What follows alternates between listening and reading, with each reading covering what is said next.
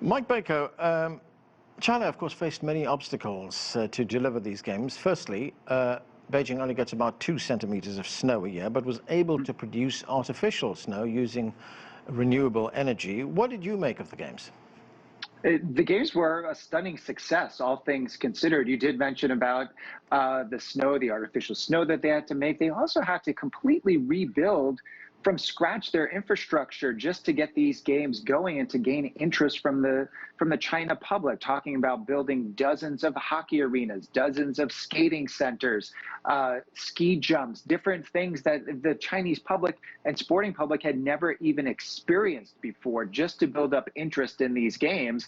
The weather complied, even though they had to have artificial snow, to the point that at one point for the ski jumpers, they weren't able to participate one of the days because it had gotten so cold and so windy. One of those events was delayed. So when you look at it from the entirety of repurposing old facilities from 2008, like the Olympic Stadium, that was a success. And then also building up the infrastructure that hopefully they are going to continue to grow from an internal perspective, growing Olympic athletes, a good showing from a medal perspective. And they're hoping that this is not the end point, but just a starting point for future Winter Games success. They've obviously built the momentum on the Summer Games, quite successful year after year or every 4 years. But this could be the starting point for a good run for them from a Winter Games perspective. And Mike, what is your view on the manner in which Kamila Valieva was treated? You know, as Dick Pound pointed out a moment ago, the Western media, particularly the US media, was very harsh on her. And I ask you this because you work in the media.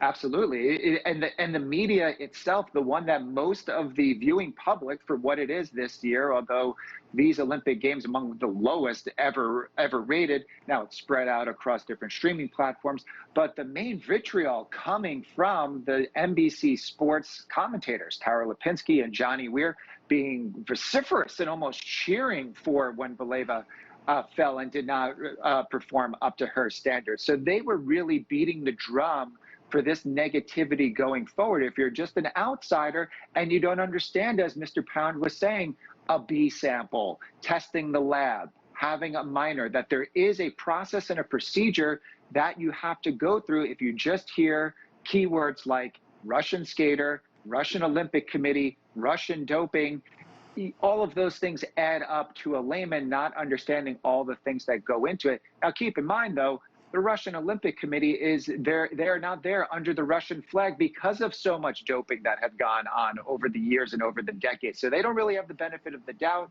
But in terms of their Olympic partner, NBC Sports, they were the one that were really stoking these flames.